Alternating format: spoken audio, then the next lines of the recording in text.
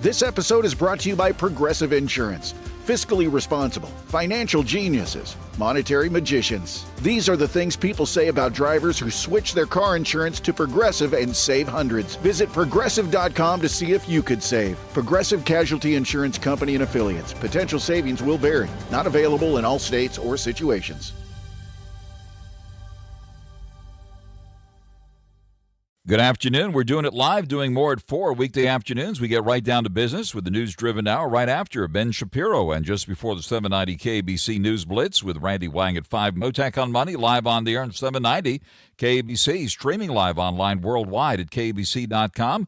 And your on-demand Mottek On Money podcast, KABC.com, Apple, iTunes, Spotify, YouTube, all of your favorite podcast platforms. A lot going on today, including high drama in Washington, a budget battle unfolding in Congress with the possibility of a government shutdown by tomorrow. President Trump calling for abolishing the debt ceiling. House GOP teeing up a vote on a bill to avert a government shutdown. Democrats opposing that bill. We see the betting markets now switching to seeing a lower chance of a partial government shutdown this weekend following reports that Republicans have agreed on how to proceed and a vote could be coming sometime tonight. Polymarket, the prediction market, showing a 37% chance of a shutdown after being at 60% earlier today. The stock market eking out a small gain today, at least the Dow did, following the big washout we saw yesterday following the Fed decision to lower short-term interest rates by a quarter percentage point, but signaling don't expect too many more rate cuts in 2025. The Dow did end a 10-session losing streak today, edging higher by 15 points at the closing bell at 42,342. The Dow had dropped more than 1,100 points in the previous session. It's now come off a 10-day losing streak, which was the longest losing streak, by the way, since 1974. The S&P 500 slipped 5 at the close at 5,867. The Nasdaq's been under pressure lately, pulling back 20 points today to 19,373. Bitcoin taking a big hit in the last couple of days. Bitcoin right now back below 100,000 at 97,846, up about 1,500 here at the moment. Bitcoin took a dip yesterday after the Fed Chairman Jerome Powell, following the Fed decision on interest rates and a statement on the economy, held a news conference, said the Fed is not looking to hold Bitcoin and signaled a more cautious approach to rate cuts in 2025. Specifically, Jerome Powell said we're not allowed to own Bitcoin. The Federal Reserve Act says what we can own and what we're not looking for a law change, he said at his news conference. And his words, he said that's kind of a thing for Congress to consider, but we are not looking for a law change at the Fed. Speaking about the Fed owning Bitcoin or not owning Bitcoin, as the case may be. In the energy markets, we see natural gas futures all of a sudden at the highest in nearly 2 years as a prediction of an Arctic blast reaching the eastern U.S., heightening expectations for increased heating demand. The price of oil, meanwhile, is under pressure, down below $70 a barrel. In New York, down 73 cents at 69 and change. Brent crude in London right now hovering below $73 a barrel. On the economy, third quarter GDP revised higher following a substantially stronger projection for economic performance released by the Federal Reserve yesterday by Fed Chairman Jerome Powell and company. GDP growth was marked to an annualized rate now 3.1% in the third quarter from the previous estimate of 2.8%, according to the Commerce Department. Looks like the jobless claims we got today as well, showing the number of people in unemployment lines fell to 220,000 from a holiday-exaggerated 242,000 the previous week, according to the Labor Department. Political lawfare back in the spotlight today with the Georgia Appeals Court disqualifying the Georgia DA Fonnie Willis from the president's election case. The appeals court let stand the indictment against the defendants in the case, though, related to their alleged efforts to overturn the 2020 presidential election results.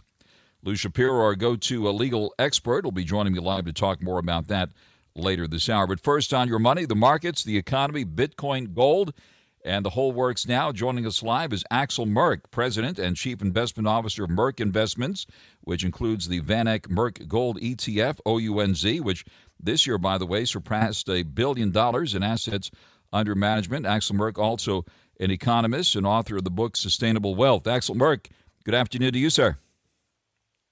Good afternoon. Thanks for all this. I don't envy your job. You have the live news, and I don't know whether you noticed. As you were talking the news changed. The poly market are up to 74% chance of a government shutdown. Uh, it was just a few seconds before you said, I think it was in the 30s, it jumped around. So the markets are moving because the GOP funding bill has failed in the House. It's In the the news are flash of an happening as instant, we things speak. change very, very Yeah, quickly. So, Axel, all yeah. of this coming off the big Fed meeting. I know you were glued to it and heard every word the Fed chairman had to say yesterday. We did see the market react by moving sharply lower. Cryptos move lower, even gold moved lower. It looks like it rebounded a bit today. Give us your assessment of this, of all this big news here. Sure, I can give you a lot of things changed or barely anything changed. The thing that changed a lot, in my view, and I think that's the correct interpretation, is that we're in a new era. We're in a new phase. Powell used that word. He didn't want to give it a name, but instead of being in an environment where we steadily lower rates, they are suddenly in an environment where they are kind of maybe going to change the rate going forward, likely going to lower rates, but not necessarily. The Federal Reserve, in its own projections, says 2 cuts next year. The market thinks only 1.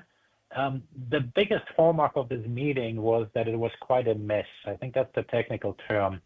And the reason is, as you and your listeners know, the Fed wants to be data dependent, right? Except we had an election recently, and that changed things. And so when they come up with their projections, the dear fellows on the open market committees, they were all over the place. Some were quote unquote data dependent, and some speculated what might happen under Trump administration. Of course, they don't want to do that because that's political, but how can you ignore an election result? And so the short of it is that inflation is somewhat stickier, and forget about many more rate cuts. At least that's the current view. All right, another dynamic here. Elon Musk bursting on the scene. Been with President Trump, it seems, almost every day since the election, and looks like he's flexing his political strength now as this government shutdown looms, weighing in on these budget plans that are under consideration. Of course, he's also heading up the DOGE organization now, the Department of Government Efficiency, with Vivek Ramaswamy. And tell us about this dynamic and how it's expected to influence what's happening there in Washington. Yeah, it's amazing how that love fest is lasting. Remember, the Trump we know from 2016 didn't want anybody to steal the limelight, and at least for the time being, Elon Musk is plenty in the spotlight here. The question really is what it means for the market. In the short term, I think in politics, especially in this country, when there's a vacuum, somebody fills it. There's a lack of leadership at the top. There's a lack of leadership from Congress. And so guess what? Elon Musk does the leading. And it might lead to a shutdown, but that's kind of what they want. They want a disruptive environment here, and that's what they're going to get. In the 1980s, as many of your listeners may recall, we had a Reagan revolution. But one thing that revolution didn't manage to impose fiscal discipline. And even though we may have a Department of Government Efficiency, when you want to get things done in Congress, and this continuing resolution is the proof in that, right? You dole out gifts left and right. And by the way, the Trump administration is not putting entitlement reform on the agenda because it's a political suicide to do so. So everybody loves a good headline about government waste, and hopefully we can cut some government waste. But when it comes to the markets, there's one thing, there's the cutting in regulation, which certainly will be beneficial for growth. But you mentioned gold earlier coming down yesterday. I don't see how we're suddenly going to have fiscal discipline going forward. And if what's happening with this continuing resolution is any indication, it doesn't make me feel warm and fuzzy about Congress getting together and solving the big fiscal issues ahead of us. All right. We also got inflation readings recently. The Fed took all of that in their considerations yesterday. What about inflation? A lot of talk now that we'll probably never get to the 2% target. There's been a lot of talk about that. And, of course, gold historically has moved out of concern about inflation, and we've seen inflation run hot in recent years. What do you see ahead on the inflation front, and what do you see ahead for gold? I think we've talked about in this program that once inflation is high, it doesn't come down linearly. And I think that's exactly what we're seeing now. Inflation had been coming down, but suddenly it's sticky. Suddenly it might be moving up. Indeed, in the major industrial countries, several of them have had upticks in inflation of late. And if we do get a pro-growth economy, it might be good for growth, but it may also be quote unquote good for inflation, meaning that inflation might move higher again if demand picks up again. And so the Federal Reserve is of course in a very, very difficult spot out of their own doing. And part of it is because they have what I call a debating club. And part of the reason why the market reacted so strongly is because Powell tried to have a somewhat hawkish message because he doesn't want to be blamed for another uptick in inflation. And by the way, the markets react to anticipation, not to what's actually happening. And so currently the anticipation is, okay, inflation is expected to be higher, therefore the Federal Reserve is going to be tougher. Whether that actually plays out is a completely different story. I mentioned earlier, right? The Federal Reserve is pricing in 2 cuts right now, the market only 1. If the market is right, the Fed will have to be more dovish. But that's a story for 2 or 3 months from now, not the story of today. And so the market is forward-looking, and that's why in the short term, at least yesterday, the dollar surged and gold, amongst others, plunged.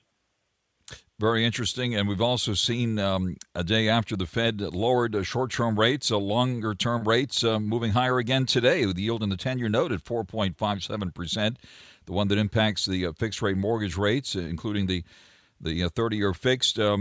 Interesting dynamics here. What do you think's going on, and what is the bond market, government bond market, telling us here now?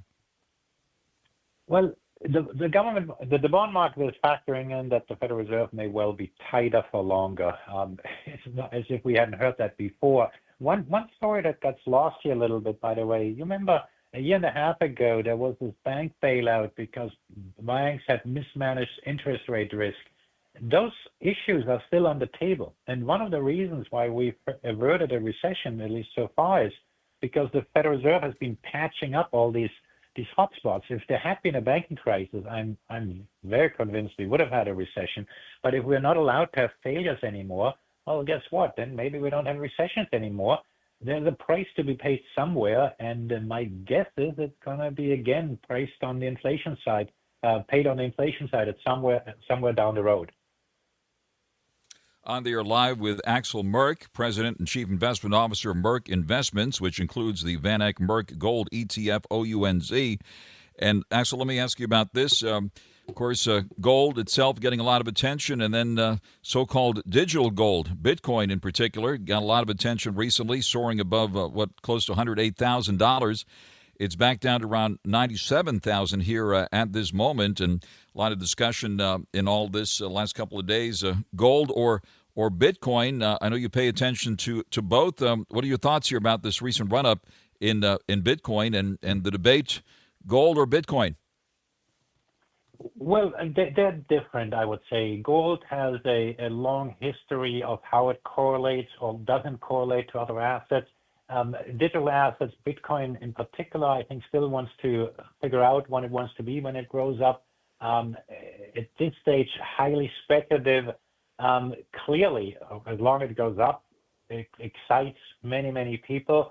And the excitement is, of course, that the new administration will allow more digital asset development.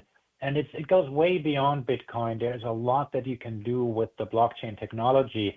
And much of that development has been happening abroad. And so having an administration that's favorable to that is helpful to that entire space. And Bitcoin is but one beneficiary. But like with any investment, I'm not endorsing it. And notably, there is some price that might be too much at some point, and there may well be a correction. So people in Bitcoin have to be aware that prices don't always go up. And those who have invested for a while do know that the swings on the downside can be also pretty severe. It's been a big year for gold. Let's talk about that. And you're a gold expert here. So gold hitting all-time highs this year. Right now it's hovering at last check above 2,600. Silver also had a big pop this year, now pulling back just below $30 an ounce. Both gold and silver certainly have been shining as we get into the holiday season here. And good old Burl Ives, every time I hear that song, Silver and Gold, I think of you, Axel. So a lot of attention focused on the precious metals. Give us your thoughts here about this epic run-up we've seen in the precious metals, and where do you see them go from here? Well, it's remarkable how well gold has done despite these high rates, despite even with the downdraft we had yesterday. The percentage move, of course, it was significant, but nothing compared to what we've had in past gold cycles where volatility had been much more severe on a percentage basis. And I think it is because there are more buyers in gold. We have foreign central banks that are more active. We've weaponized the dollar through sanctions, which we hadn't done in previous conflicts as much. We also have no longer just the fringe population concerned about deficits. It's moving more towards mainstream. And of course, the diversification investor, we've always had diversification investors in gold versus equities, but of course, valuations are not exactly low in traditional equities. And so people are looking for ways to diversify, and gold has been a beneficiary in that. And as I alluded to, right, we don't know much about what exactly is going to happen in the Trump administration, but one thing that's not on the agenda is entitlement reform. And I like to mention that is because it's great to get rid of government waste, but we need to tackle the big issues, and government waste is in some ways a component in that. Interest expenses are just way too high. And if you just look at the extension of the tax cuts that are presumably going to happen with a very slim majority in Congress, that means a lot of gifts will have to be given in order to make that happen. And so I have no idea how the government bureaucrats are going to achieve that, but we may well learn some new math and make taxes great again. Very interesting. And the other big issue that will affect things, certainly the real estate business, would be the possibility of the privatization of Fannie and Freddie. I remember speaking to you back during the financial crisis days, and remember when the former St. Louis Fed president made the comment on, I believe it was Bloomberg, and then on this program back then, thinking that they were insolvent, and sure enough, the government took them over. What do you expect to happen? Will there be a privatization, you think, of the mortgage giants, Fannie and Freddie? Yes, so thank you for mentioning that former St. Louis Fed president. That's Bill Poole. Bill Poole joined us after retired from the St. Louis Fed. He continues to be our senior economic advisor. We actually speak to him tomorrow morning on our bi-weekly call. So I'll mention him that you thought of him. Wonderful. Yes. He didn't think that, hey, the government can just guarantee the debt and we live happily ever after. But he has been an outspoken critic of the government being involved in the mortgage market. It's really a disgrace that in a supposedly capitalist country, you need to have a government agency run all this. Whether there's the political will to truly privatize it remains to be seen, and it needs to be more than privatized, because then you keep an implicit government guarantee. You need to dismantle Fannie and Freddie. You do not need that to have a functioning mortgage market. And so whether that's going to be a priority of the new government remains to be seen, but it would be a very, very positive step. All right, as we close out 2024 and head into the new year, Axel, what are your thoughts about how the economy is going to look in the new year, and your thoughts on the markets here, and any specific places where you'd be putting money now and/or taking it off the table? Well, the only place I know where I'll put money in is popcorn. I'll get a lot of popcorn to sit back and see what's going to happen, because, I mean, I can do some risk assessment, but it's really, really difficult to predict. We still have a consumer that might weaken. Student loan payments will presumably be resumed. So there is some underlying weakness. On the other end of the spectrum, animal spirits are not just unleashed in the stock market, they may well be unleashed on the investing side. There's a lot of optimism out there. And so this can go any which way. I tend to lean optimistic. At the same time, as an investor, I like to take into account all the things that can go wrong. And as you know, I'm a very significant gold and gold mining investor, and I'm not pulling back on those investments because I do continue to believe that that's a place where diversification is available. Wonderful, Axel. Well, thank you very much for taking the call here as we wind down 2024. We wish you and your entire team all the best for the holiday season. Merry Christmas and happy holidays, a happy, healthy, and prosperous new year. Axel MERK, the President and Chief Investment Officer of MERK Investments, which includes the VanEck MERK Gold ETF, OUNZ. He's also author of the book, Sustainable Wealth. Axel, it's always great to have you with us. Thank you very much for taking the call here this afternoon. Thank you. My pleasure. Merry Christmas. Thank you very much, Axel. And right out to the freeways we go now on 790 KABC.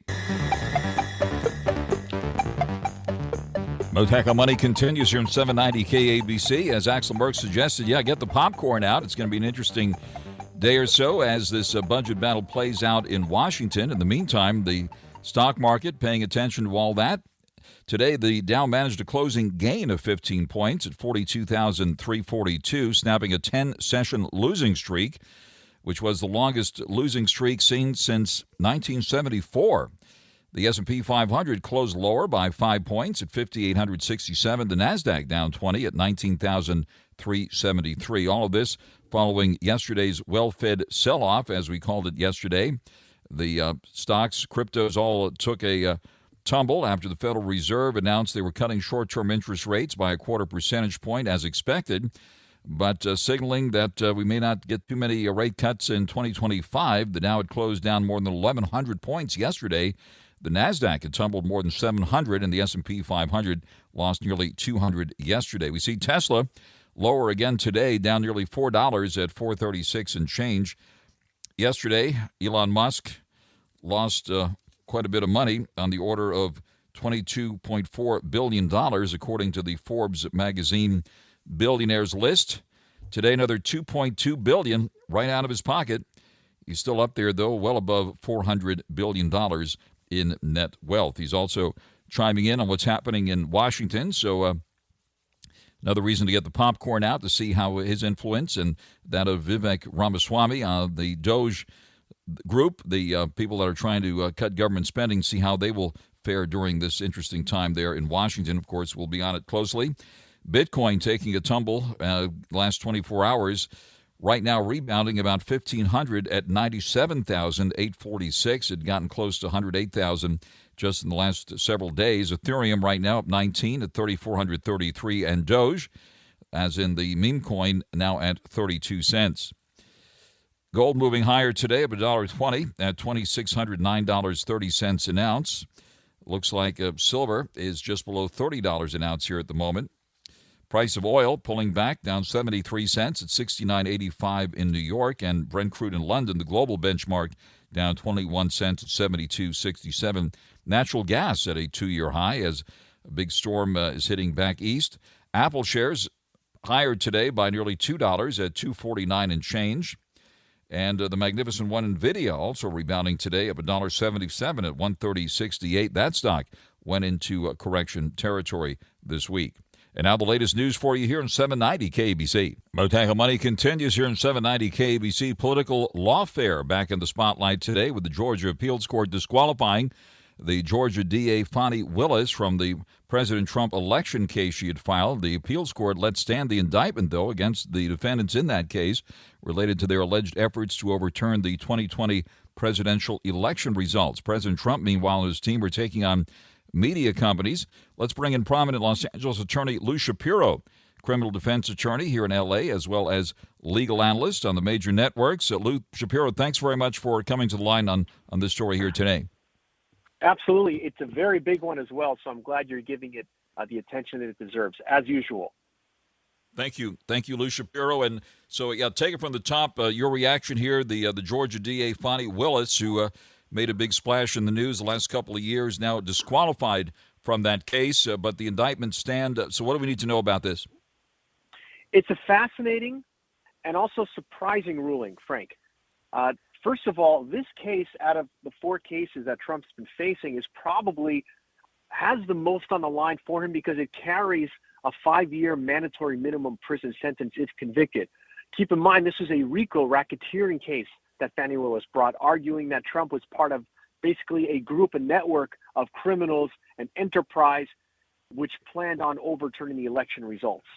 So everything was on the line for Trump on this one. The Fani Willis issue started with, did she bring on someone that she was in a romantic relationship to help her prosecute Trump? Now, when the motion was brought to disqualify her and her, we'll call him boyfriend for purposes of this conversation, initially it was there was an agreement that maybe they did have a romantic relationship, but it happened after they started working on the case together.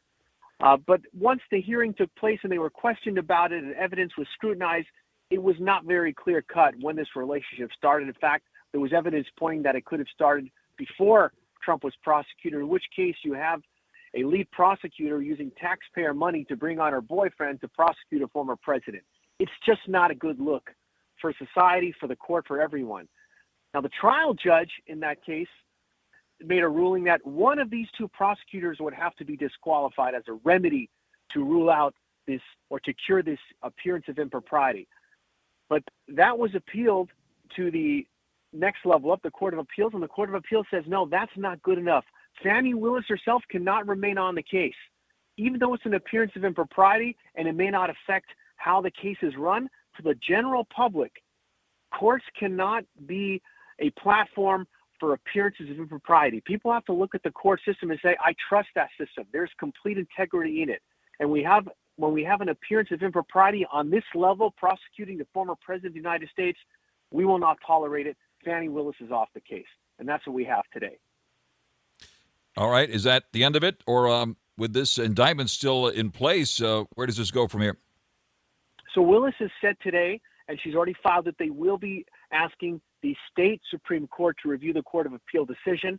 The state Supreme Court may not even hear it, in which case Willis is off the case, and then it remains unclear if another prosecutor is going to step into her shoes to want to take over a case of this magnitude.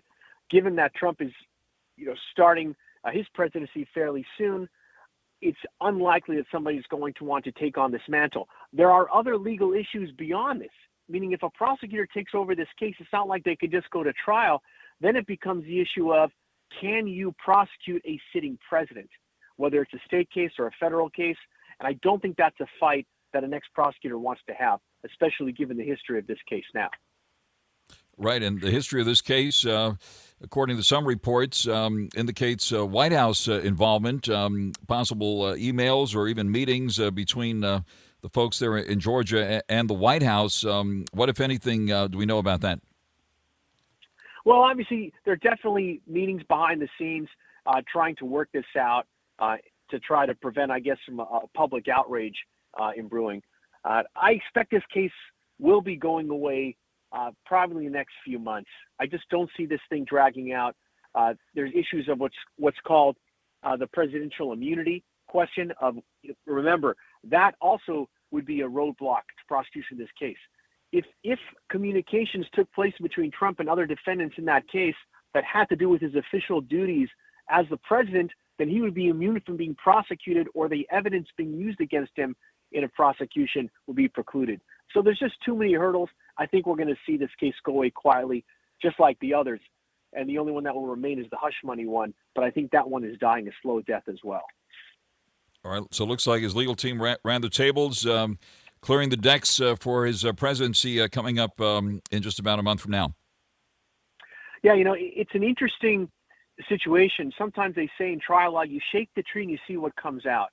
I don't think when Trump's team took on this Fani Willis case out of Georgia, did they think that this would be the reason that they would be able to be victorious. But they shook the tree. They did a thorough investigation, not just the case, not just the evidence in the case, but the prosecutors prosecuting the case. And lo and behold, they found that crack in the armor. And lo and behold, the Court of Appeals said, good one, this is not going to go forward. And now President Trump taking on media companies, including most recently Disney, ABC, and that successful lawsuit on against George Stephanopoulos, for example. And he's looking at other actions against newspapers and other networks. Give us your thoughts about how this is playing out. Yeah, I'm glad you brought up that case. It's a fascinating case for purposes of First Amendment and free speech. Normally, one can say whatever their opinion is about, especially about what's called a public figure. There's like an extra level of protection on First Amendment grounds for the declarant to say what their opinion is of a public figure. Now, when Stephanopoulos was talking about Trump and he used the word rape, that Trump was convicted of rape in the civil case, that was actually an improper word. It was sexual battery, not rape. Now, some people would say the terms are interchangeable depending on the context. In fact, even the judge in that civil case commented on that issue.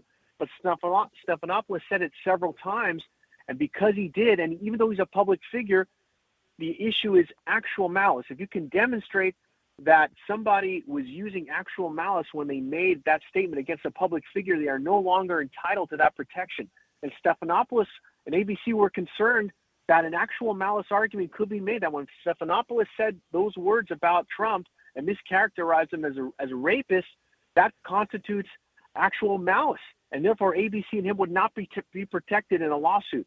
So that's why they went to the settlement table and decided to fold their cards. Attorney Lou Shapiro, thank you very much for taking the call on all of this today. That is prominent Los Angeles attorney Lou Shapiro, criminal defense attorney based here in Los Angeles, also legal analyst here as well as on the major networks. Lou, thank you very much. We wish you a wonderful holiday season and look forward to speaking with you again very, very soon. Likewise. Happy holidays, and thank you for doing what you do, Frank. Thank you very much, and let's get out to the freeways now. Beautiful evening here in Southern California, 790 KABC. Mottek On Money continues here in 790 KABC. Happy holidays, Merry Christmas, happy and healthy and prosperous New Year to all of our great Mottek On Money listeners. They say don't party at the company party. Make sure you dress good, too. Let's bring in Julie BAUKE now, founder and chief career strategist at the BAUKE Group, an HR pro, author, workplace expert. Julie, thank you very much for coming to the line this afternoon. Thanks for having me. Did you already have your office party? We're having it tomorrow, actually, so this is a very timely conversation here. What are some of the do's and don'ts? Right. Thank you for that. Yeah. Take it from the top and tell us what we should do and not do. So the most important thing to remember is this is a work function. And this is not like being out with your friends. And so remember, no matter what, you've got to see these people the next day or soon. And this is especially important to remember these days when that line between work and the rest of our lives, because the technology is almost gone. And so we get really comfortable sometimes showing everything to our coworkers when some things are better left at home. Specifically, I always say go with a semi-full stomach. Limit yourself to one drink, maybe two, but you never want to do or say anything that could affect your career moving forward, including access to those great opportunities that people might look at you and say, didn't show good judgment at the Christmas party. Will this person show good judgment with our important customers? On the air live with Julie BAUKE, founder and chief career strategist at the BAUKE Group. Great advice, as always, here, Julie. And any other red flags that companies should be aware of? I remember for a while there, this was brought up, the invitation saying food, dinner, drinks, dancing. Is that a red flag there, dancing at the company party? I know. Well, what people used to put on their heads, like put something, dance. Anyway, yeah. I'd be careful. And when you really talk about, when you think about all that, it starts to sound like this really, really nice, intense, involved event, but it's still work. So pay attention to what you wear as well. So I'm not sure this is the time to whip out your sequin tube dress, and I mean you too. So let's keep that at home because these are your coworkers, and so we've got to learn and look out for each other. So go with a partner and say, hey, look, if you see me starting to drink too much, please say something. You want to always think, am I going to be embarrassed to go to work tomorrow? And if it happens more than once, I mean, people are going to talk about you no matter what. But if it happens more than once, it's really just a self-inflicted error there, because you don't want to put yourself in the middle of someone saying, should we promote this person?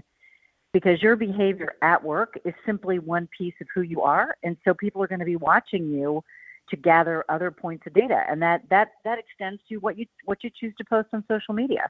So there's all kinds of watch outs these days. Keyboard warriors are out there waiting for you to make a mistake. Very interesting, and I'm sure you've seen a lot and have heard a lot examples Yes. of what. Tell us more about some of the horror stories you've heard about or seen for yourself. People sneaking out, especially if it's at the office. People sneaking back into the office to make out with that coworker they have a crush on, or worse, going into the parking lot, getting in people's cars. There's a company I know of where there was a lot of drugs at the company party. People have lost their jobs over their behavior at the company party. So it's sort of like anytime you say free food and drink, it's like people lose their minds. Where normally, I used to work in a place where we had free pizza for lunch one day, and people piled so much pizza on their plates that they couldn't reasonably ever eat it. And we solved that problem by charging 50 cents a slice, and people went right back down to normal. So I think when we hear open bar free food, people lose their minds, and it is a work event. Dress like it, go with somebody, look out for each other, and then plan on leaving in a reasonable hour. It's all about what are you going to have to explain the next day. Excellent. Julie BAUKE, the founder and chief career strategist at the BAUKE Group. And as far as workplace attire, the return to the office has been slow, but it is happening. What's your guidance here? We're seeing the boss wearing hoodies these days, interns wearing suit and ties. Interesting dynamics as far as wardrobe choices at the workplace nowadays. What are your thoughts on workplace attire? So interesting. So I think we really thought a handful of years ago that ties were never coming back. But between 2020 and 2022, tie sales increased by almost 70%. And so what we're seeing is, it's been around the block a few times. You've seen everything comes back. Everything old is new again. And of course, the generations that discover it always think they're the first ones to discover it. So what we're seeing is, it's interesting, is so the people that are Gen Z. So interesting point, this summer was the first time that the number of Gen Z in the workplace outpaced the numbers of boomers in the workplace. And so that tip is starting to happen, that tip over is starting to happen. And one of the things that we're seeing is especially these younger people, they went straight from college to work from home and maybe sometimes in the office, but to a very business casual environment. Those of us who've been around for a while, we love business casual, but because we've already been through the pantyhose and suits and ties era. And so, but these younger people are saying, well, wait a minute, we missed that. And so ties are on the rise. Both men and women are wearing them, but they're wearing them not in, I don't think you can go get your grandpa's ties up. Maybe you get your grandpa's ties, maybe not your dad's, but they're wearing them in funky alternative ways. And we're starting to see a little bit more professionalism come back into dress. But those of us from the older generations are like, you can have it. But the younger generations, like, we've never been through this before. And so they're starting to have fun with their work attire, which I think is great. I think it puts a different level of professionalism when you walk in the door. And as you said, more people are having to walk back through that door. Yep. Dress for Success is back. Well, Julie, thank you very much. Great advice and great information as always. You behave tomorrow night. All right. I'll let you know what happens. Julie BAUKE, I will. I want to hear about it. Of course. It's going to be great. Julie BAUKE, founder and chief career strategist at the BAUKE Group, HR pro, author, workplace expert. Julie, we wish you a wonderful holiday season, happy and healthy, prosperous new year to you and all of your team there as well. Thank you very much for joining us here on Mottek On Money on 790 KBC. You met Lala Kent on Vanderpump Rules. Now Lala and her friends share everything on Give Them Lala. Bagel, everybody says I say that weird. It has ruined my proposal story. How Jason proposed, and she was like, he brought in a bunch of bagels. I was like, I have to stop this. I will punch you in the throat if you ever tell this story again and call it a bagel. Let me tell you, now when I tell the story, I go, he went and got breakfast. There you go. Bagels. Yeah. Watch what Lala is talking about on YouTube or search for Give Them Lala wherever you listen.